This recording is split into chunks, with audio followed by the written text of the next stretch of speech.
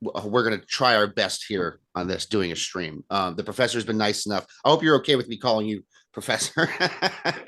I like it. Yeah. Okay, cool. He's been nice enough to give us his time to do this stream and talk about another Twilight Zone episode. And today we're going to be talking about one of my favorite episodes that I don't hear a lot of people talking about very often. And I don't know about you, Professor, if you hear a lot of people discussing it, but I hardly ever hear anyone talking about this episode, which is two. And Yes. I don't know why I it's very simplistic the way that the Twilight Zone does. It kind of boils things down in a way that seems very it's almost heartwarming. I mean, it is. It's a very this is one of the few episodes, spoilers, but I'll just say one of the few episodes that has like a happy ending in a way that other episodes don't, because it's kind of it almost feels like it's talking to the audience and trying to tell them something. But I'm not. Well, all the episodes kind of are like that, but I don't know if you know what I mean. But yeah. What are your thoughts on? We'll just start sort of randomly. What are your thoughts on two? Well, Trying to make thank sure that you. we're live Yeah. here. Two is one of the few happy ending episodes. And you think about it, I don't know about you, but when I first started watching The Twilight Zone, which I think was before you were born, there was sort of a running joke I had with my friends who also watched it and sometimes came over to my house or I went to somebody else's house to watch The Twilight Zone on a television set. And we would joke like nobody would want to live in the world of any of the episodes of the Twilight Zone because you were screwed. I mean, horrible things happen, Yeah, and often they happened to good people. It wasn't one of those shows where like, oh, a bad person is punished. Sometimes people just were in the wrong place at the wrong time, and suddenly they were transported to the Twilight Zone, and something horrible happened. And sometimes it worked out a little bit, but in this one, this is the worst possible imaginable setting. I mean, yeah, there were other episodes where definitely, It's a Good Life and The Midnight Sun, where the world is ending or you're trapped with some uh, powerful monster. But in this one, it's the literally the end of the world. It's post-apocalyptic. We'll talk about what kind of end of world it is. So it's not a great setting. I mean, everybody who these people knew is probably dead, for example. But it has a happy ending, and this is the genius of Rod Serling that he's able to insert this note of closure with good things and happiness, and also like the world might just work out in chapter two after the right. apocalypse. Yeah, just like Eye of the Beholder. You get the sense that the next chapter might be better somehow, and in a way, he turns it into a fable. Well, that's interesting. So again, let's start at the beginning. What is this episode? I'm assuming a lot of people have seen two. Okay, it's two is the episode. It's called two, Just TWO. it's literally yeah, Yeah, and, TWO. and it stars a very young pre-star Charles Bronson and a Charles very Bronson, and I young don't remember the woman's name, but it's Elizabeth Montgomery. Bewitched. Yeah, Yes, she and pre-star, but rising star. Like a lot right. of Twilight Zone episodes had William Shatner or people who went on to be very well known. They got them for less money before they were Yeah, a exactly. star. They got them for And they peanuts are before the they were only huge. two. They're the only actors in this. It's set in a post-apocalyptic, and we're told what the apocalypse was. It was a cataclysmic war between two powers. As Rod Serling tells us in his introduction, we don't know necessarily whether this is an alternative Earth, whether this is an Right. Earth of the future, whether this is an Earth of the past. I mean, he's In vague about that, But in many episodes of the Twilight Zone, it's very clear the post-apocalyptic situation was Earth, and our Cold War. In this one, it's like I don't even think the language that she speaks is real. I don't remember. You know what I mean? So they make it up it is completely. Slavic language. Yeah, I Oh, mean, okay. yeah, and so I tell you, let's help people a little bit with the plot, but also Yeah. just peeling back some of the observations you make right away. Because first of all, this is very 1984 referential, right? Um. Because to Uh. me, when I was Oh, sure. watching this, that this was not 1963 adjacent in terms of like our Cold War. Because let's start out with something very simple is that this is set obviously in an American city or a city that just feels like it's an American city. All the signs are in It English. looks like it. Yeah. Yeah, it looks There's like the America. barbershop. Everything is recognizable. This is not some future city. This is not In fact, Leningrad. I forgot to look it up, but is this Mayberry? Yeah, it's a small. That's the other thing. This is not New York City. This is not a major city. There's no like ruined Statue of Liberty, you know, Right. Yeah. or the It's not Golden Escape from New Gate York. Bridge. You know, I mean they had a very small budget, so I'm sure that they reused some sets there that Yes. they did what they saved on The paint. costumes that they wear, they're like uniforms, are Yeah, very and fanciful. interestingly, let's just break down elements one by one. Yeah. You see these two, and I've got them on my screen behind me, and you notice a couple of things. First, these are not quite recognizable uniforms, but for example, if you go back and look at World War II pictures of Soviet women in the Soviet army, right. um, they did wear skirts in non-combat situations. Let's remember in the Soviet army, there were combatants who were women, especially snipers. There was a Right. famous anti-aircraft unit that died at their posts defending Stalingrad in the early days of the battle. There was the Oh, famous wow. Night Witches unit of bomber pilots. Night The Soviets witches. extensively used women in combat, but when they weren't like on the front line, they wore skirts. So she has a Soviet look. And this is the first time that we see what Rod Serling is doing here, because this beautiful young woman is the enemy, Now, right? this is. Can you tell me Yeah, something? yeah, Because I perhaps you know the answer to this because I'm not familiar with this. It in the Soviet culture of the period you're talking about when women were snipers, or basically like World War II, right? That would have been that period. In the Soviet culture, was there a big distinction between feminine and masculine, or was it kind of like this modern socialist concept of almost an attempt to erase that, or was it like really well defined, but like women are also shooting people? well, they shot people. I mean, you know, they were again, they were not like infantry units of women, you know, fighting in the front line, but there were women snipers. There were women combatants. Women were in the front line more than in most armies at the time. Right. And you know, countries always have official policy, and I'm not an expert in this, but as I understand it, you know, in the Soviet socialist system, officially women were equal to men in every way. But you did Right. tend to notice that most of the Politburo were men, you know, and That's certainly, that's kind of what I'm curious about because yeah. I Let me have just noticed that as well in the talk readings. about her for her dress for 1 second because this is really Please. important. Okay, is Oh, sure. that so now this is supposed to be? I think I'm quoting here, the fifth day and the sixth year after the end of the war. Yeah. Okay. So I mean, there's a little realism question here. Would you still be wearing your uniform, you know, that long afterwards if there was nobody Oh, it's else filthy. around? It would be Yeah, so filthy.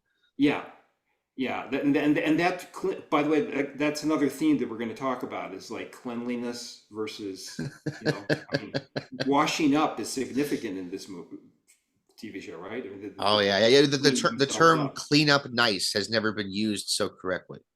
Yeah. Now, I want to point out one thing. I mean, it's several layers of things, but she is wearing a pocket holster. Okay. Right. Well, that's for officers. Now, she doesn't have a gun in it. You know, when he pours it out in the episode, it has grooming implements, you know, like a hairpin, you know, a comb, things like Right. that. So that's interesting, that mixture of feminine and military. But I think she is supposed to be an officer and he's supposed to be a master sergeant or a sort of a more frontline type of person. Now she could have, I don't know whether it's not clear whether she was a combatant. It's not 1962 because they have laser rifles, right? We found They out have later. they look Yeah, just like normal guns, but yeah. they They shoot lasers. but they shoot laser bolts. She seems to be quite adept. You know, she picks one up and immediately points it and everything like that. So it's not like Right. she was a nurse behind the scenes. She must have been had military training. I think she was. That's one of the other contrasts besides male and female and two sides and two ideologies and two ways of thinking about what to do after the war. Right. I think it's important that she's supposed to have been an officer and he's not. He's the tough sergeant you see in those And war that's movies. I don't think because that's not to me obvious, and I think a lot of people that wouldn't be obvious, but when you say it, it totally makes sense because it fits entirely the way that the two of them behave. Yeah.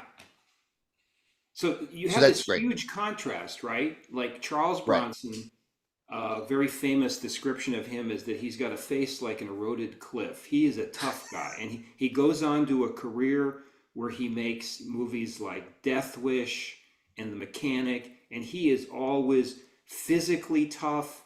He kills somebody in practically every film he's in.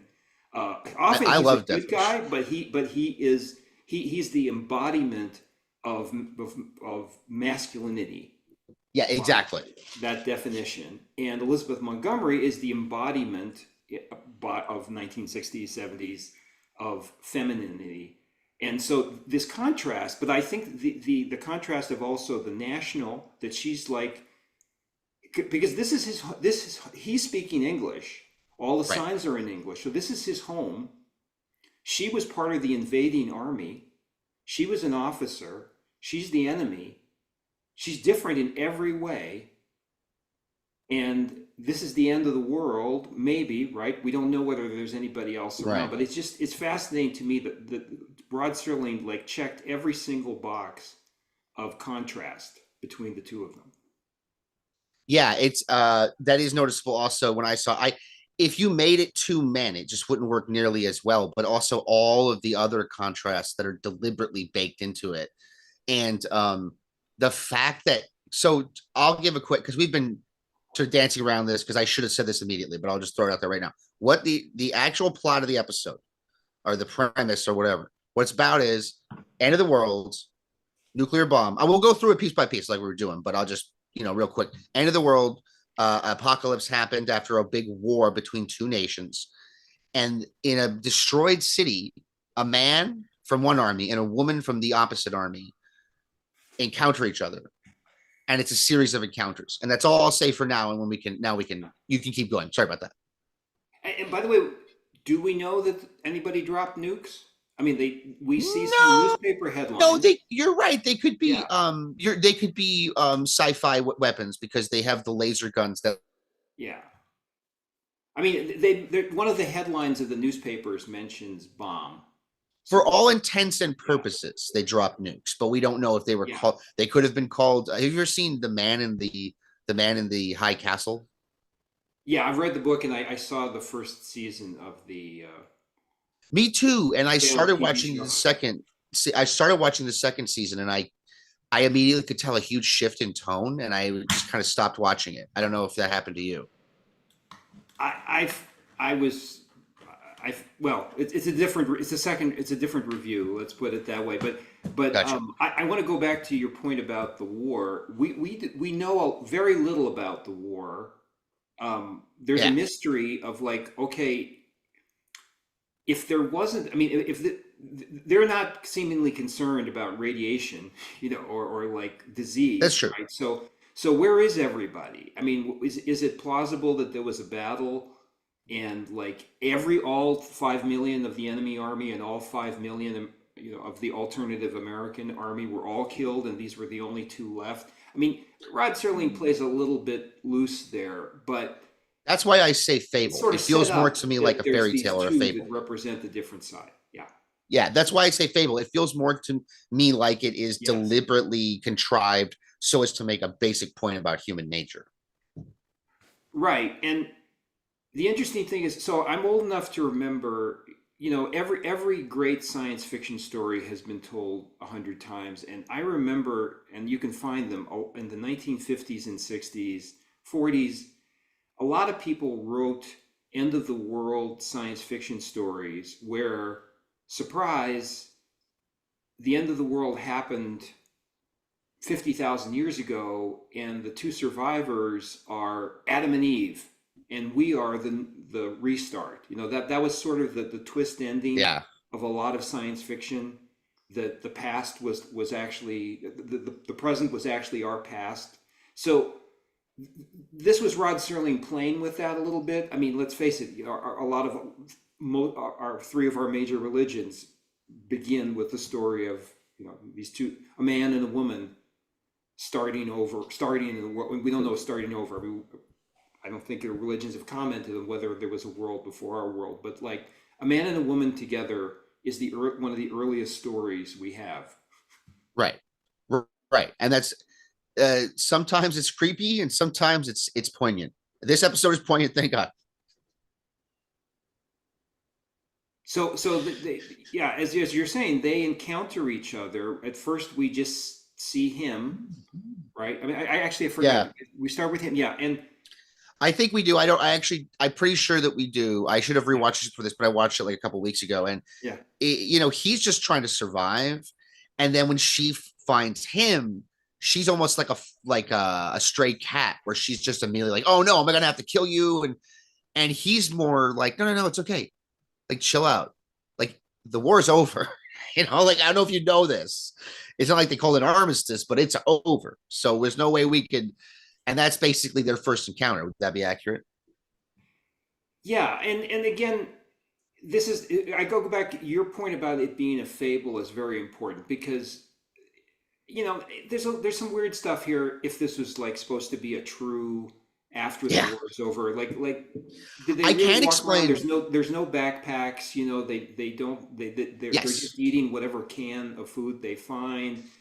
Yes. It's not a plausible, like realistic situation. We're supposed to take it as this metaphor of Yeah.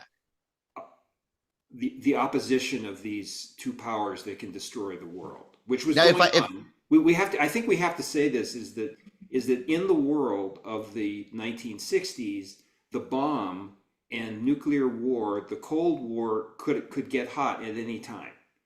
yes. Yeah. People People were don't building understand bomb how close it actually shelters. got. Kids were duck and cover. They were. You can see the fallout. The world of Fallout. Right. If you Yes. played that video game or watched the first season of the adaptation, people were thinking about the bomb all the time. And I'm glad you bring up Fallout because I'll get more into it later. But it's my opinion that this episode in particular, Twilight Zone, definitely was an influence on Twilight on Fallout. People know that, and people commented on my "It's a Good Life" video that wasn't, and it was. It's a direct influence on a specific episode, a specific quest. But I think this episode in particular is a big influence on the Fallout games and then subsequent television series because, like you're talking about, the radiation thing, like he finds a can of chicken of like drumsticks and he just goes to town on it. There's no concern about what might be wrong with it at all. It's very different from another episode. I think he did that. I think he thought of an idea and then said, "Well, this show is an opportunity for me to do every variation of that idea. Like, let's change this, or let's do this." There's that's I don't know if he thought consciously, but that's definitely what's happening in the Twilight Zone. It's a billion variations on a single idea, but just yeah. So he goes to town on that can of the chicken. There's no concern about radiation. But I want to say real quick, you can rationalize a little bit about what's happening just because maybe that town was evacuated and no one's gone back to it yet, and Yeah. they were in a battle that was like 30 miles away, and they've both That's made their way there. mentioned in one of the newspapers, or I think about evacuate city. It's actually Right. stated. So There you go. now, how those two ended up there, just by themselves, and how they never ran into each other before. Again, it's a fable. Don't ask too many questions. That's fine, right? Right, right. We don't ask about the little Red Riding Hood and the wolf. Like, well, wait a minute. Would Grandma really? We're fine. It's a fable. It's a Uh, fable for adults who are afraid of yeah, the end of the world. yeah. So let's talk about the characters there. Again, Charles Bronson is well cast. I always joke with Charles Bronson and some other actors of his era that Charles Bronson is well cast as Charles Bronson. You know, he's playing Yes. himself, and he did a really great job playing himself. There were actors back then who really didn't change from movie to movie. I mean, today there's some people who you see them and they play him.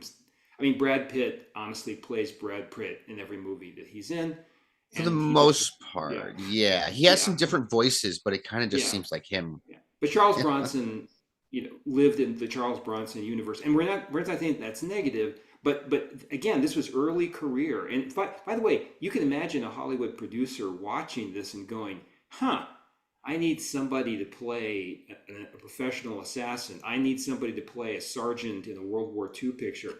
Hey, let's get this guy Bronson." This was a great showcase Exactly.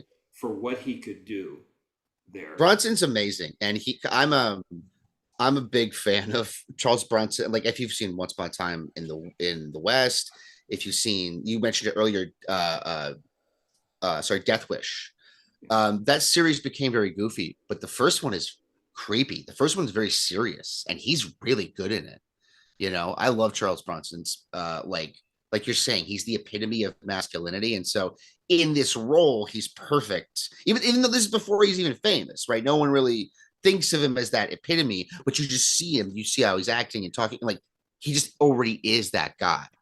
And so it's Yeah, kind of perfect. yeah, and one thing. So one of the books I always recommend to my students, and I assign like a chapter or readings from Chuck Jones. Chuck Jones was the genius who ran the Warner Brothers cartoon Yeah, I was production gonna say, for you're many talking years. about Warner Brothers Chuck Yeah, Jones? That's awesome. yeah, yeah. And he wrote this book called Chuck Amuck. He invented Daffy Duck, and Right, he did some Oscar-winning cartoons there. And right. he makes this. I mean, he makes a lot of really interesting points. Anybody who wants to be a creator and a storyteller should read Chuck Amuck by Chuck Jones. So he makes one point there about the trope, the tradition of the American hero, as opposed to the hero of some other kinds of cultures. And he said the American hero doesn't seek out confrontation. The self vision of America is Pearl Harbor, that we were just sitting there quietly and suddenly the enemy strikes us. But in the words of Bugs Bunny, of course, you realize this means war. And Right, then massive retaliation, as Bugs Bunny often does to somebody intruding into his territory. So Charles right, right. Bronson, in almost all his movies, there's some exceptions, but Death Wish is a great example, is he's just an ordinary guy, doing his job, living his life, and people come and hurt him, and okay, of course you realize this means war. But so this is why it's so perfect to cast him. Now he hasn't established that stereotype yet, but the point was that the stereotype of the American hero was already in place in the culture. So here's this guy, and he's just wandering through this city looking for chicken. he's Right. he's not he's not like planning to find his unit and restart the war. He doesn't change his mind during this episode, right? He he No, he he's not like he's you already started given up. this, you He's already dirty. surrendered. You know, It's true. which is why interesting. It is interesting. He starts out in the uniform, and then of course later he changes to civilian clothes. But it seems more like a final affirmation of something that he's been coming to realization or Well, a decision he's been coming to for a long time. Go ahead, please.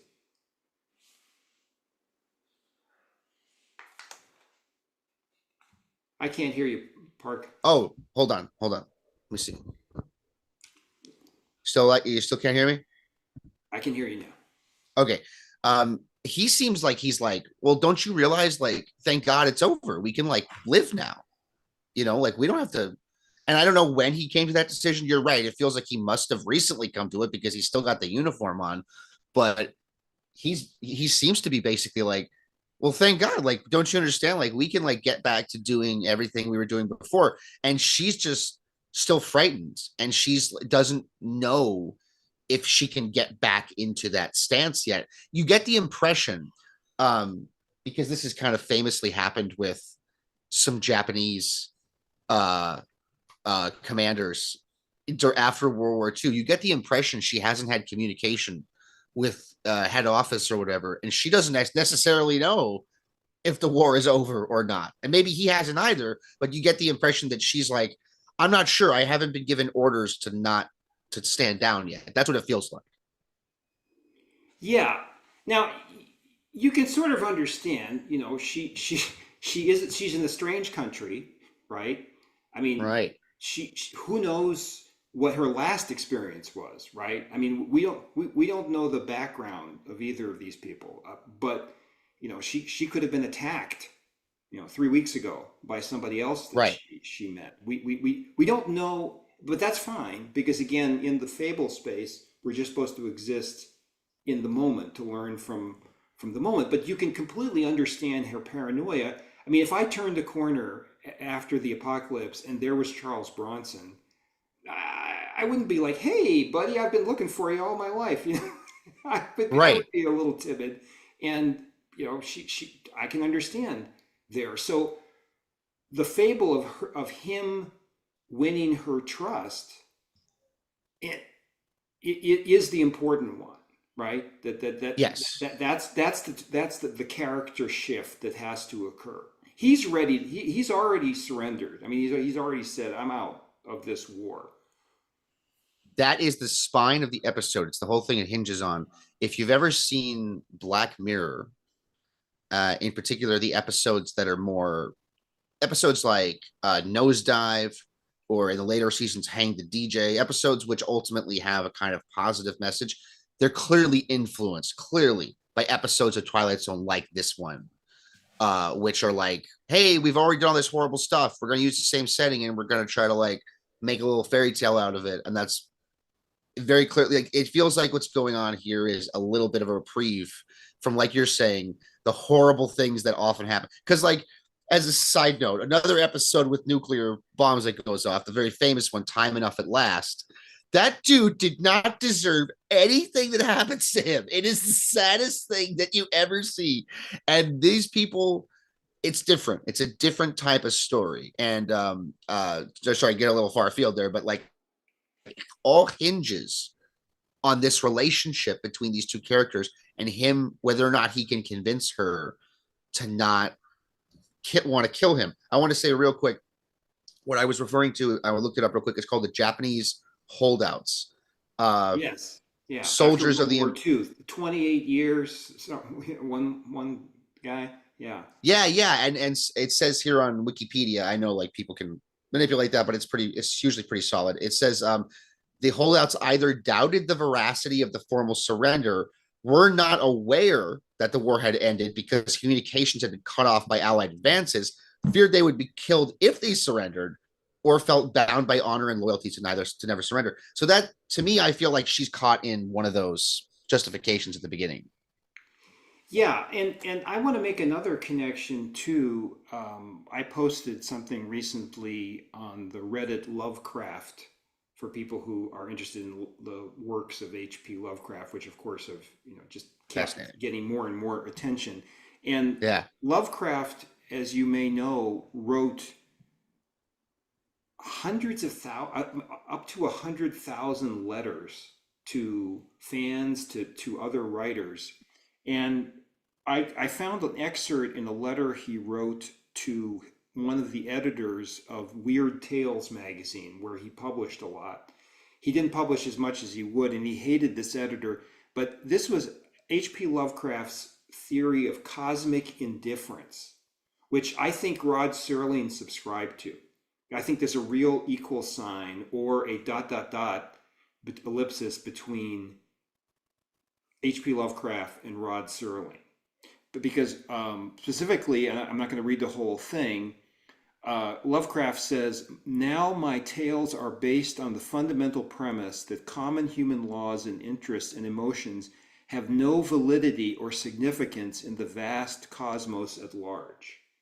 And that really describes a bunch of Twilight Zone episodes. See, that's interesting. Yeah. That's interesting. I mean, what happens to Burgess Meredith in Time Enough at Last is that, you know, Burgess, I know you had this dream. The universe doesn't care. Right. Right. But then there were episodes like this where it's the other side of the coin. Yeah, where the universe doesn't care about the Earth and, you know, the pseudo Soviet Union or the pseudo United States, but these two people meet and make important decisions, and then finally they get a future together, a happy ending, a Hollywood happy ending for a Twilight Zone episode. Yeah, spoilers. Lost you again.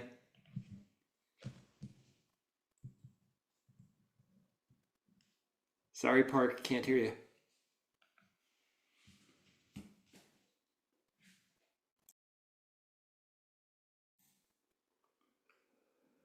Well, anyway, I can't hear you, Park, but okay, you're back? Am I back? Yeah. Okay. If that happens again, just talk about whatever while I'm gone, because I can hear you and there are people, you know, listening. So sure, just do whatever. Sorry, yeah, what was the last thing? Well, we were talking about, you know, whether the universe cares about us in a Twilight Zone episode. Gotcha. Yes. And here, I think in some cases you can argue that the story is suggesting that it cares, but this is definitely adjacent to Time Enough at Last, where the universe doesn't care. It's like, yes, the universe doesn't care, but maybe if we care enough about each other. Yeah, Rod Serling, you know, he was this interesting mixture of this cosmic indifference and sometimes really brutal cruelty. I mean, you think about the Time Enough at Last, and it's a Good Life about the young boy who has these powers and, you know, tortures everyone. It has apparently may have destroyed the universe and it tortures people throughout the entire episode. That's a pretty dark world. It's insanely dark. Rod has in his head, but then there's this, you know, little story here of these two people who find each other and redemption. That's a remarkable variety of storytelling techniques and type of plots that he has there. But at the beginning of this episode, if you were watching the Twilight Zone, if you knew Rod Serling's scripts, you'd think like, oh boy, this is not going to end well.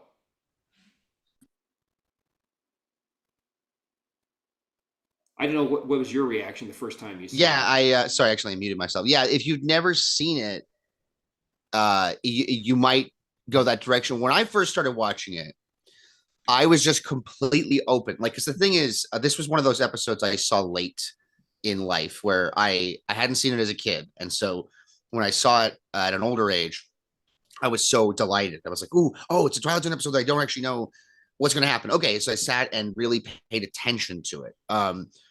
I wasn't sure how it was going to end. This is my honest answer. And when it got towards what the episode was about, it kind of became more clear how it would probably end. But I knew that it could have a bad ending too. So yeah, that was a possibility in my head that made the happy ending much better. And but I want to say, if I haven't said already, still watch this, even if you're spoiled by what we're saying here. Watch it anyway, because as a fable goes, you can be told the story. A fable and a fairy tale are different things. I get that. But you could be told the story of a fable or a fairy tale, and you could still watch the movie adaptation of it. It doesn't matter, because it's, you know, it's so well adapted. It's so well done, directed, the episode. And yeah, sorry, go ahead. What are your Yeah, I thoughts mean, on that's that? what's interesting is that a lot of Twilight Zone episodes, and Rod certainly did not invent the twist ending, Right. but Usually called the O. he, Henry ending.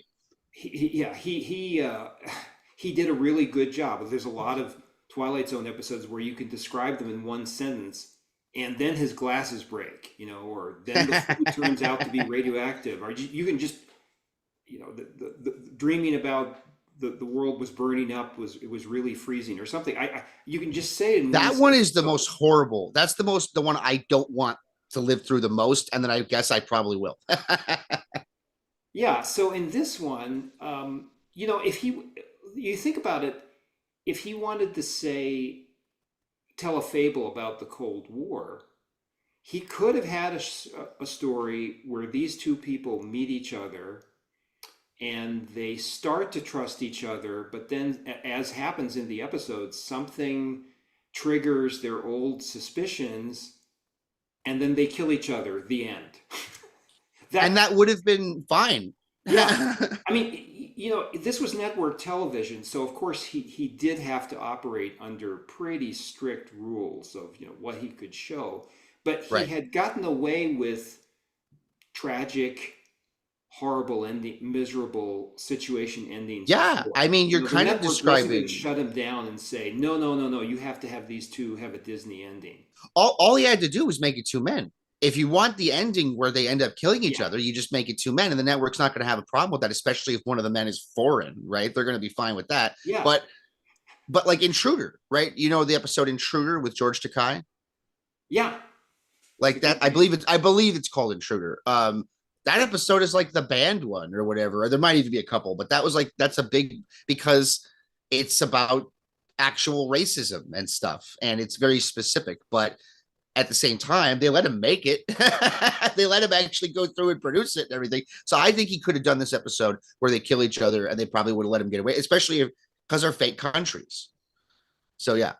Yeah, I guess good artists are able to tell, and Chuck Jones talks about this in Chuck Amok, because the Warner Brothers cartoons, which we rightly think are works of genius today, were created under extremely strict censorship about content, and also, like, for example, they all had to be exactly 6 minutes long. You know how hard it is to edit a cartoon, so it's to the second it's 6 minutes long and all that. But the point was that even though this episode had a Hollywood ending, like the way the suits in the studio would write notes saying, "Hey, let's make them walk off, and they're obviously in love and going to spend the rest of their life together," Right.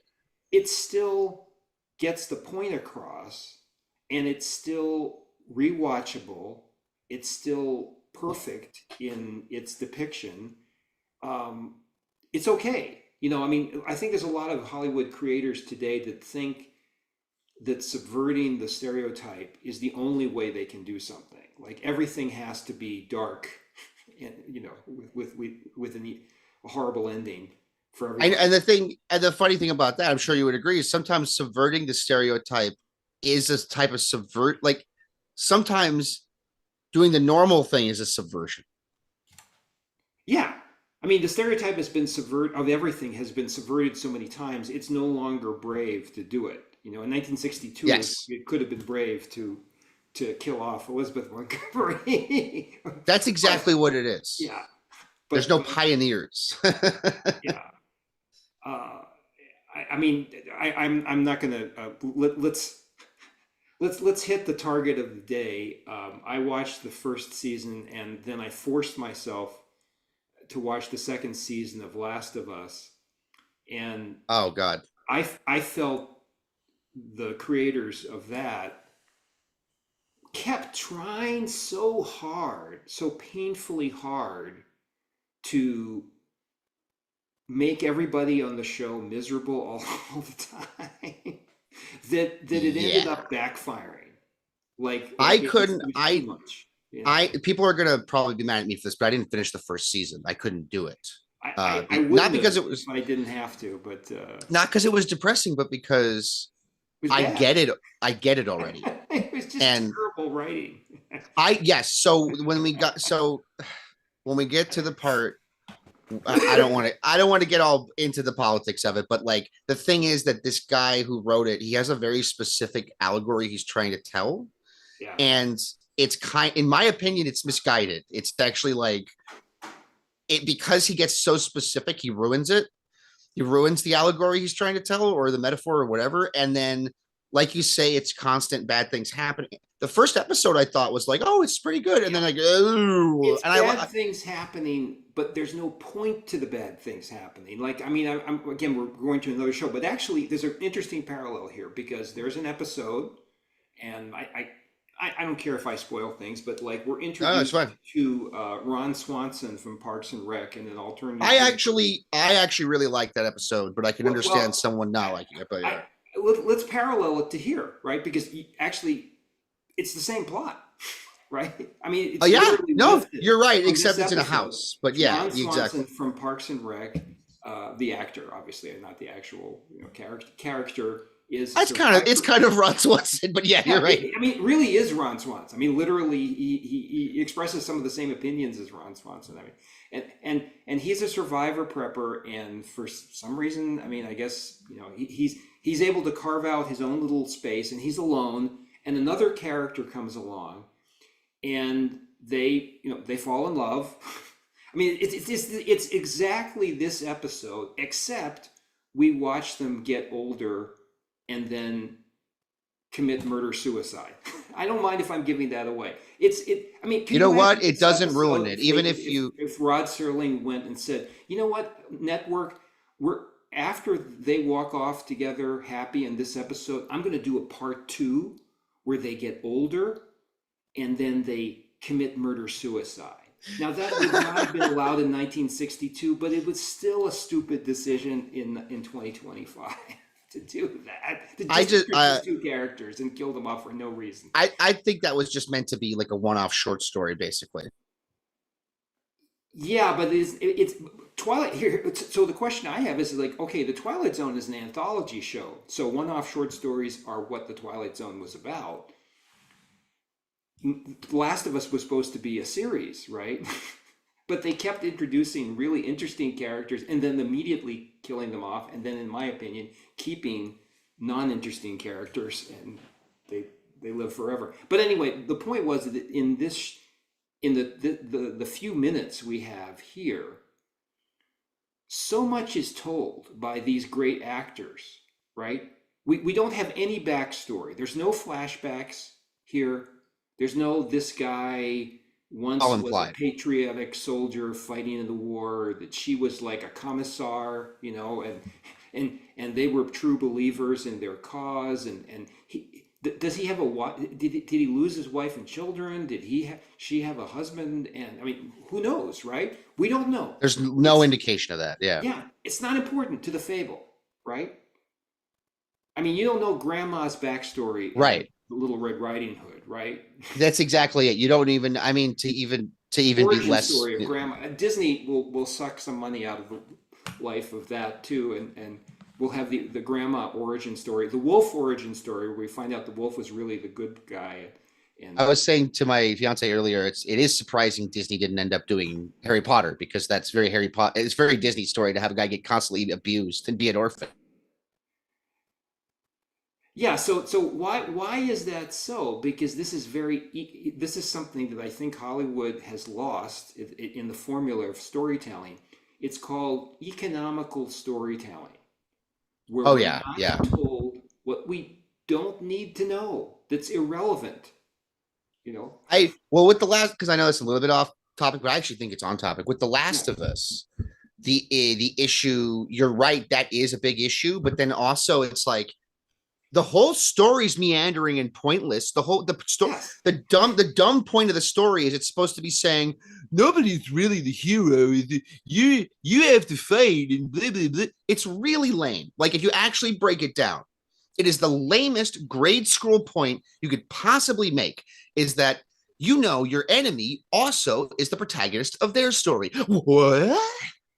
Well, I never would have Yeah. thought, I, I, you I know. mean, there's so many parallels to today where, and again, I just imagine these Hollywood folks, and they're sitting around, they're going like, "Wait a minute, we haven't done the Cruella de Vil backstory."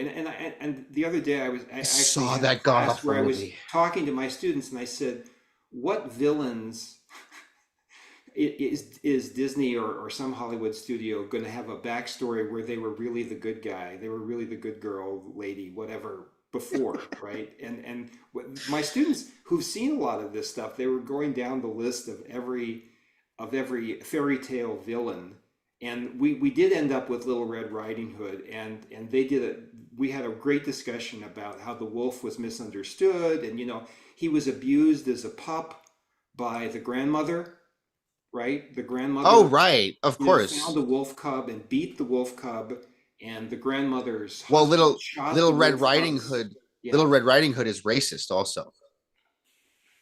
Oh gosh, I hope not. Yeah, but So it's okay. It's like we yeah, come up with justifications.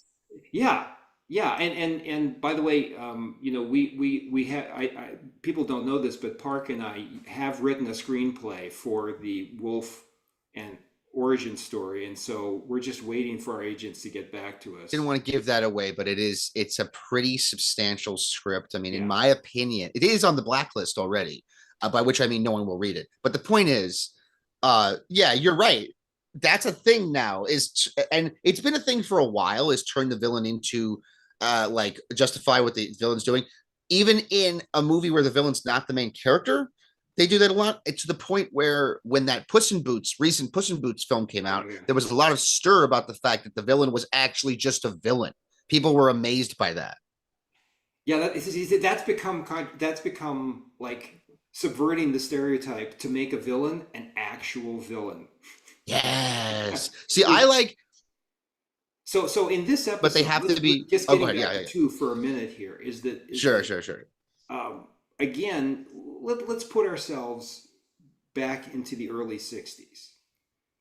It would have been very, very unusual on network Excuse television. me. I'm sorry. I'm being arrested by a policeman for no reason at all. Right. I'm just kidding. Go ahead.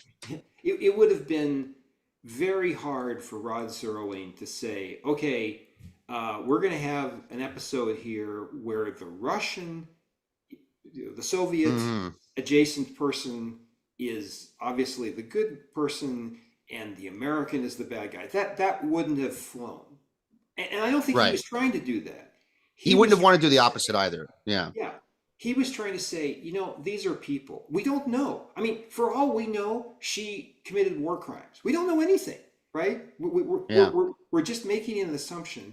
But in the fable space, and again, I really like your lens of analysis here. Thank you. These two people are all that's left. In other words, humans Yeah. have been wiped out, maybe, but humanity is not dead, Right. right? That's And what that's the this actual, episode is telling us. that is the actual point of everyone being gone but them. It's not about the logistics of where they are. It's about these two people are society. Each of them, if you wanted to do bad Hollywood writing, if you wanted to stretch this out into a movie, when I first saw this, I thought, gosh, you know how sometimes you see a short, and Mm-hmm. certainly nowadays there's a lot of people who are creating shorts hoping that it's proof of concept to be made Oh, into yeah. a movie, and you go like, would 2 hours really tell this story better? Oh, yeah. Yeah. Most of the time they wouldn't. Yeah. There is a movie, there is kind of a movie version of this. It's called Enemy Mine. Yes, going down the hit list. There was Lee Marvin and Toshiro Mifune in Mm, Hell in the Pacific, which was an American soldier and a Japanese soldier trapped alone, and they have to oh, learn. sounds They cool. try to kill each other, and so that existed. And then, as you said, Lou Gossett Jr. and Dennis Quaid in Right. the alien encounter version of Hell in the Pacific. So they were both later than this, I think. I forget when Oh, Hell yeah. Wait. which Well, Hell in the because Hell in the Pacific, that might have been before. I don't know because Yeah, I'm yeah, not you're super right. familiar with that. But the other one, that's definitely way after. Yeah, that's way after.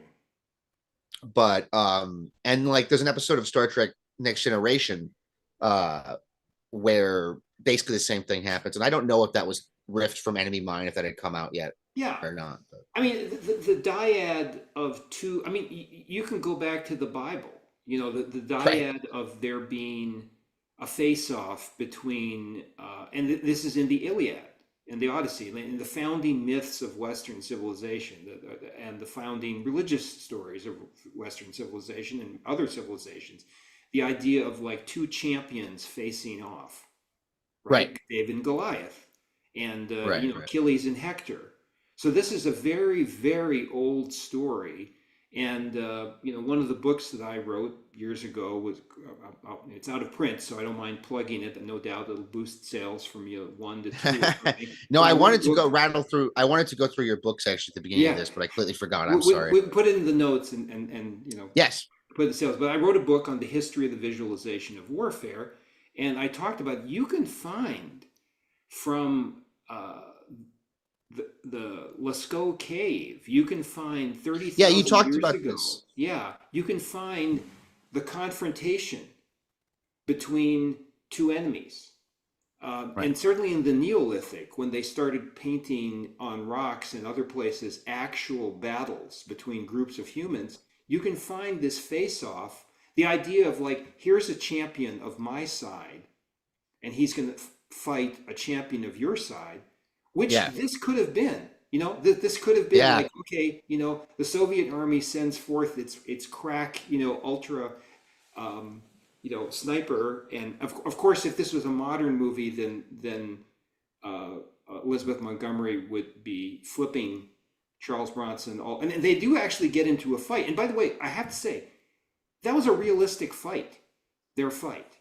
It was not one of those ridiculous Hollywood fights. You mean because he just immediately Physics. throws her down and wins?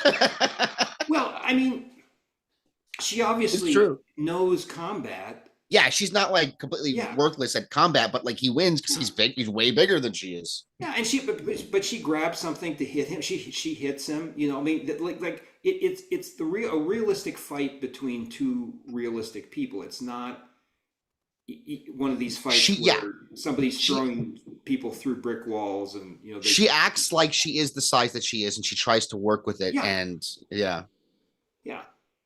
no, I you're mean, right. And there's lots of stuff like that in the episode, the way it's directed, that you just wouldn't see now. yeah, I mean, obviously, I'd love to get some comments on this by people from different groups. I actually feel, and this is just my opinion, um, I've had students tell me this in class. That doesn't mean, it's 100% true. But like, for Right. example, I think she's a very strong woman character. Oh, she definitely is. Yeah, I guess yes, it's weird. Two men are talking about this. We wanted to get a female perspective, but it didn't work out. But she clearly is. She is a female character, and she's really strong. And the thing that you wouldn't see in a lot of modern ones is she's also feminine when she starts to, kind of change at a certain point. But she's still that soldier character. You know. yeah. If you want to go down the list, she's very smart. She's capable. There's that one moment, a word that's used in The Last of Us. I mean, The Last of Us has by the way, some really good elements. I mean, the audio design and there's a Sure. few moments there, but I like that Joel, one of the main characters there, is described Yeah, several one times of them. as capable. So 20 years after the apocalypse, you kind of think that only capable people are left, right? Yes. Yes, Okay. because everyone else is So dead. Exactly. yeah, Yeah. so these two, maybe it's random chance that they're the only ones left. Again, we don't have the backstory. The 2 hour movie would give us some more flashbacks. Right. But it comes off as, if she's alive, then she's capable. And there's that one moment we referred to it where they find a rifle, and this is where we get a sense that this is not 1963, right? Right. She pulls out the rifle, and she does this really well done sort of flip of the rifle to a combat position. Yes. Yes. With it Because he's tucked trained. in. So, Yeah. yeah, she's not holding it like somebody. She knows how to handle that rifle. It's not clear whether it's her side's rifle or his side's rifle, but she is capable in the Last of Yes, Us dialogue sense with a laser rifle. And I don't she think is you very, or very I are capable. capable with a laser rifle right now. No, no, not at all. And this is, it may seem off topic, but it's not. Talking about Last of Us because I think it's an important comparison here. And I think it's interesting to talk about. So let's talk about it real quick. Recently, one of the writers of The Last of Us, Craig Mazin, I think his name is, guy who wrote Chernobyl, which is awesome. I really recommend Chernobyl. He said something which I thought was patently stupid, and I want to get your take on it. And it does connect to this.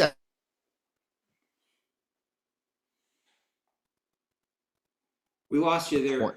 there, Oh, Park, but I can hear you now.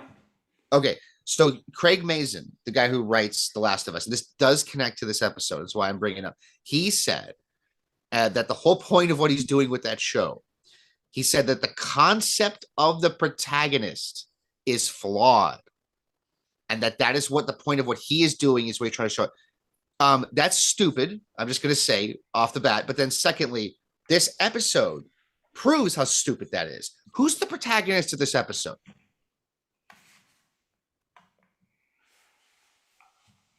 Well, I mean, I guess there's a couple ways to look at it. I mean, to me, humanity is the humaneness is the protagonist. Right, right. But like, yeah. if of the two characters, Oh, the two is characters, what yeah, is yeah, one of them the protagonist, yeah. or I mean, they're cast against type in the sense that like he's the one saying the reasonable things. You know, he's the right? one who's the But is he? peacemaker. But He's not aggressive. is he the protagonist, or is she, or are they both? I think their union is the protagonist. Okay, but like, Yeah, no, I get what you're saying. I get what you're they're saying, each but half a protagonist, right, and but that's kind of together, the yeah, that's kind of what I'm saying is there are stories with multiple people in them. When we think protagonist, we start with this character, everything's from this character's point of view, and we follow this character to the end. But there's lots of films in which you technically have protagonists that don't operate that way. So what Craig Mazin is saying is stupid, and this episode proves it. Why isn't The Last of Us just doing this? Like, art has been doing this for 100 years, having multiple characters. And oh, so is Psycho? Didn't Psycho do this first? I'm sorry to go off on a rant, but it just annoys me that he has this perspective because I think it's politically motivated. Just have no idea what the actual politics of it are. It's just so off the and this episode, I think, is a good contrast with that because again, you have two characters, one from a different reality, different world coming together, and there's a conflict there. But you never have to go, well, this is the main one, and I side with him. They come together, and that's the point of the story. So yeah, I don't know, just like I'm no, something I you're want to do. absolutely right. We don't have to pick a side. In fact, that's the point. Is there's no sides left to pick. The Charles Bronson character, and again, by these way, these people are not named. It's not like, hey, my name is Biff, and my name is Svetlana.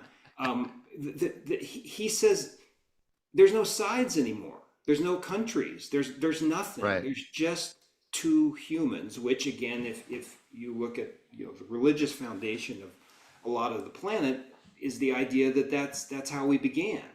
Right. Adam and Eve didn't have a flag, and Adam and Eve didn't have a. They didn't even have a faith. I mean, they knew God personally. He showed up and talked to them, but they didn't have a religion in the sense that we have religions. So it was human. They are humanity stripped of everything.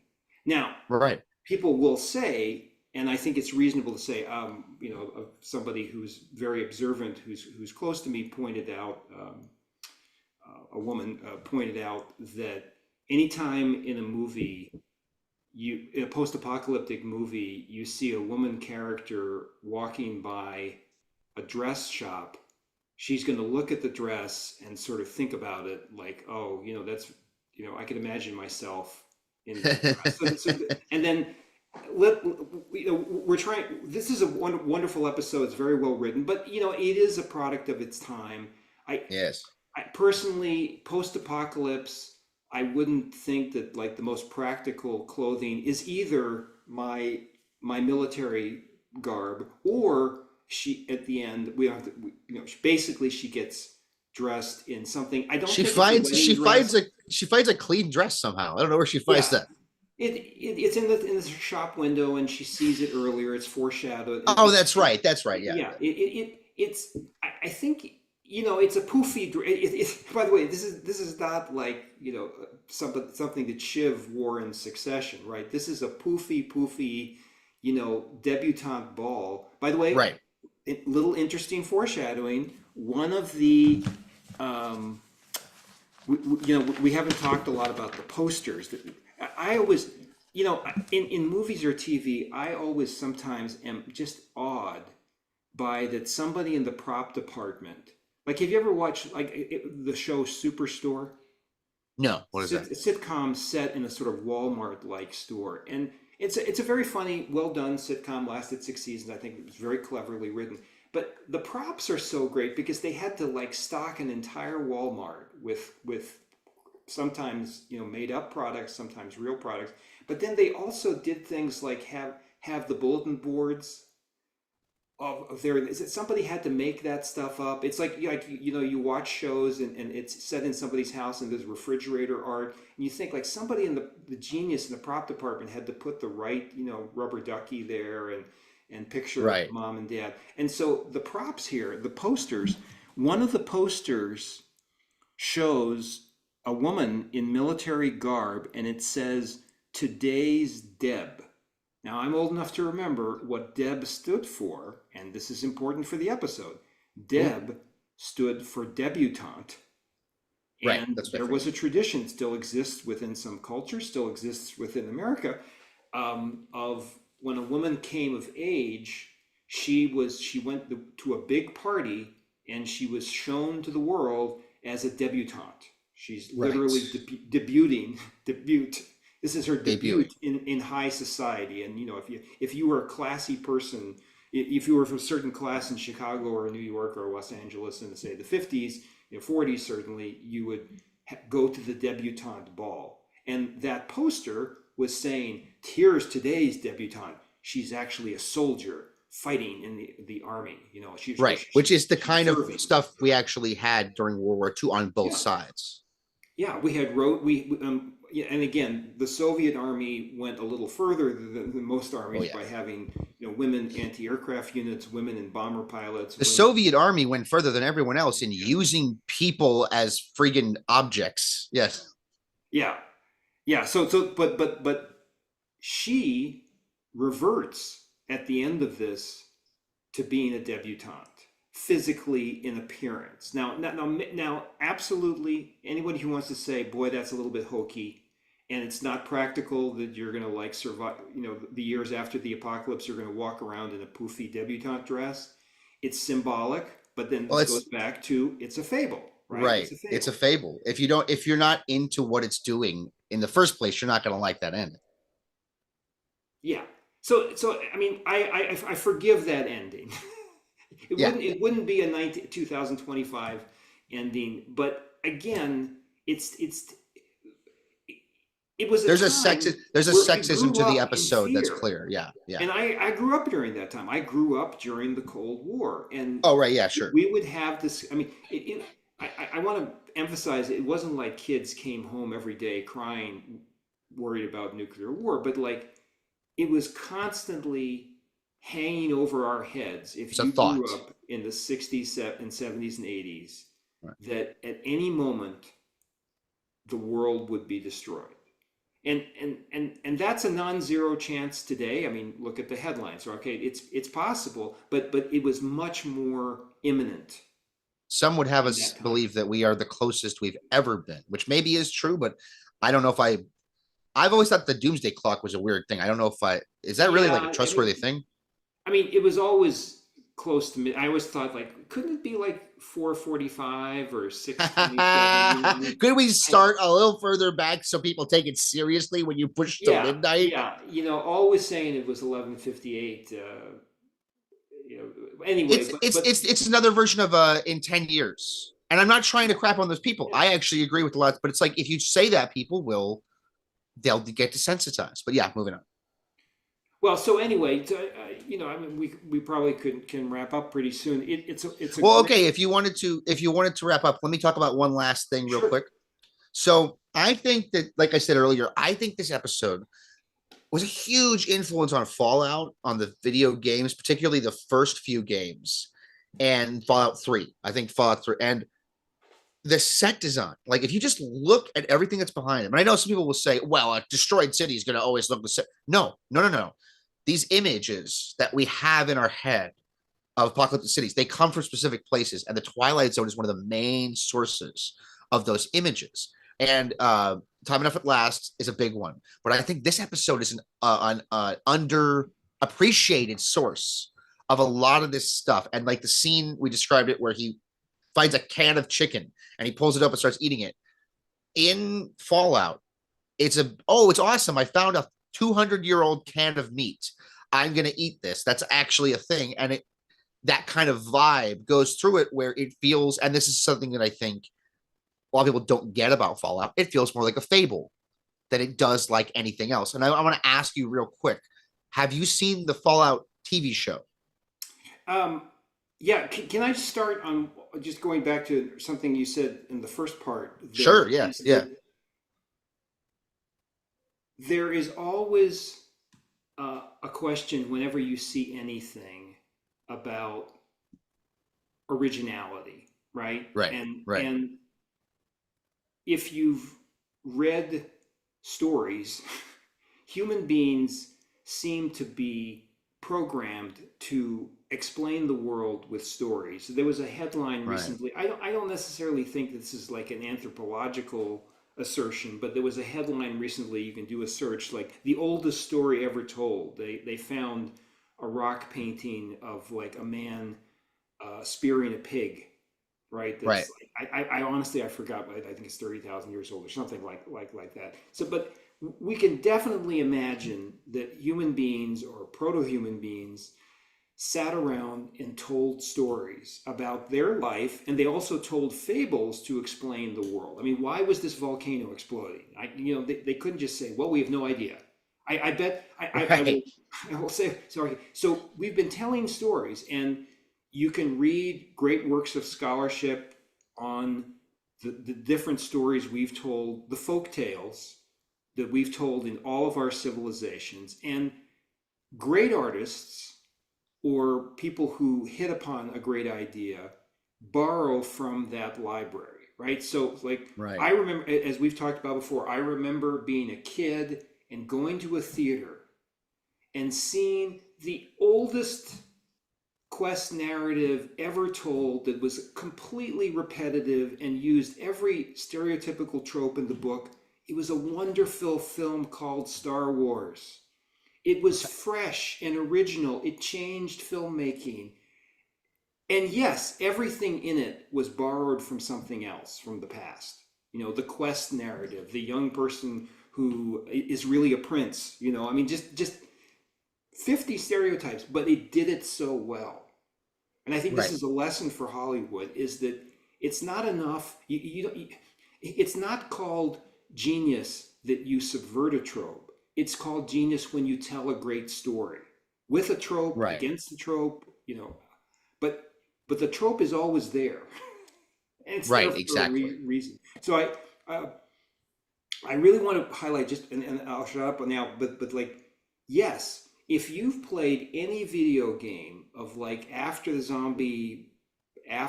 World War apocalypse, nuclear war, this is a video game. In fact, we talk about how Last of Us, uh, again, somebody very smart in my life pointed out that in a lot of video games, you're only that are like where you're a first person character, either a shooter or like Elden Ring or Skyrim or something like that. You can only have one permanent companion. And so I just burst into laughter the first couple of episodes of Last of Us that was still following this rule of you're only allowed to have one permanent companion, everybody else is NPC. Well, you could Right. say before video games. I think Pong was invented in the 60s. Pong, if anybody remembers Yeah, what it that was is. something like Yeah, that. It was yeah, on like an old radar screen, right? yeah. But that, by the way, that was a confrontation between two lines. So there we go. But this, I'm going to say that this was the first video game, this episode, where there's a character, two characters who encounter each other, you know, Right, and you can imagine, right? Like to the video game, like it's a future alternative Earth, and it's after the war, and you have to you're you know playing either one, right? I right, choose my I choose my Charles Bronson alternate avatar, and I have to explore, and I meet people and monsters and things like that. Could have been, right? This set, right. yeah. This was all of these games and all of these movies before any of them. Exactly, exactly. And we'll be wrapping it up now because I know you have stuff you have to do and whatnot. But I'm going to end it on one last question for you, and that is this. Speaking about The Last of Us, is a because you're a professor, you can just I think answer this. Is a commune the same thing as communism? Uh, you can have I mean, if you read Atlas Shrugged, Yeah. you can have a radical capitalist commune. you Yeah, know, that's what yeah, so exactly. That's exactly. I think it depends on what you want there. Um, Yeah. Last of Us. I mean, there's so much to do on Last of Us, but they do posit different kinds of communities. I always ask, after the apocalypse, it really and remember, I'm an old guy who's read 1,000 post-apocalyptic science fiction stories Right. before I saw The Last of Us or Fallout or anything like that. So all of these other stories from the 40s and 50s. I'm not that old, but like I read the stories, because when you're growing up, you Right. read the stories of 20, 30 years behind. Um, they posited all kinds of societies, right? Right. Uh, Hypotheticals. I do find it problematic, and maybe we should do an episode on The Last of Us. But I do, in fact, I hope when you put a title on this one, you could say, two was better than The Last of Us. But Okay, it I'll is a change it to that. problem in these shows that they don't think through what kind of society would actually be plausible, right? Well, yeah, because what's really dumb about the commune thing is I'm fairly certain that because the creator Neil Druckmann is from Israel, I'm fairly certain that's a reference to the kibbutzim concept. But I don't know if anyone has taught him history, but they gave up on that Yeah, at they a did. certain point. They became every what's every called a socialist market economy. utopia gave up at some point. I mean, Yeah, because like and there are still I don't want kibbutzim to in end on a Israel, note but of like yeah, rejecting the idea of people getting together and working. I mean, no, because the kibbutzim is a every really interesting successful thing. But corporation has its commune elements, yeah, right? Like right, every team, I like to think a great university like my university is a community of people working together with a very laudable goal of education and research. So like there's sure. elements of this in success. And again, this episode ends part one. Maybe there's a part two lost Yeah, episode where they find a community or they have children and they find other people. But like the other point about gosh, I know we need to end for you and for me, but like no, I can go as long as this you is want the to go, other but you thing got to is go. that We go. they end finding their humanity. Whereas in Right. a lot of post-apocalyptic shows, it's basically set, and Last of Us, I mean, at least a lot, I feel part of the message is that you have to give up your humanity. Well, part of the message appears to be that the right thing to do is never what is good, like feels good for you to do at the time, and it's like, what's the point of life? What is like? This show is awful. I don't. We could go on for a long time, but like, I have to say this real quick. It is not what happens at the end of the first season is not a moral dilemma. They are going to murder a little girl for a scientific project they cannot guarantee will work. And by the way, that's not how vaccines work. You need years of trials. It's bullshit. They're just murdering a little girl. So anyway, sorry, I had to say that. People go, oh, and she's so mad at him, and it's like, why? I don't get it. It's so contrived, and that's the biggest problem. And if we're going to bring it back to comparison, this episode is contrived in a logical way that creates a fable. The Last of Us is attempting to be realistic, and yet it's insanely contrived. So it does not work. Sorry, but that's the last thing I'll say about that. Is a really great compare and contrast essay. I give you an A plus for that. Yeah. Thank you, did a Professor. Great job there, because that's exactly right. This is a fable that feels real. Yes. While the other show that I guess I'm going to stop naming it, so I don't get too much hate. But like the other show attempted to be real, but it just felt like somebody's fable. Exactly. That is the exact compare and contrast of these two, and one is much better than the other. One is way better than the other. So go out there, if you haven't already, go watch 2 in the Twilight Zone. It's on, if you don't own the series, it's on Amazon Prime, it's on Paramount Plus. Well, Amazon Prime is the Paramount Plus, so you'd have to just do that. But or just buy it. Like, buy a physical copy. Don't let the internet overlords control your access to entertainment. But thank you so much, Professor David D. Perlmutter, for being with us here today. Would you like to tell us any of your socials or that sort of thing? No, I have none. You're going to have to. I mean, you're on Twitter, right? Or X? Yeah, I don't use social media that much. Wise. But you can send me an email if you want to. But anyway, thank you so much. Look, this is just our thoughts. Yeah. Great art is a hemisphere with lots of facets, and many people can approach it and find meaning in different ways. And one way doesn't cancel out another. So, we're not saying we're right, you're wrong. Yeah. Right. Exactly. Thank you. Thank you for everybody for watching, and thank you, Professor, for joining me. And everybody have a great day, and I'll see y'all next time.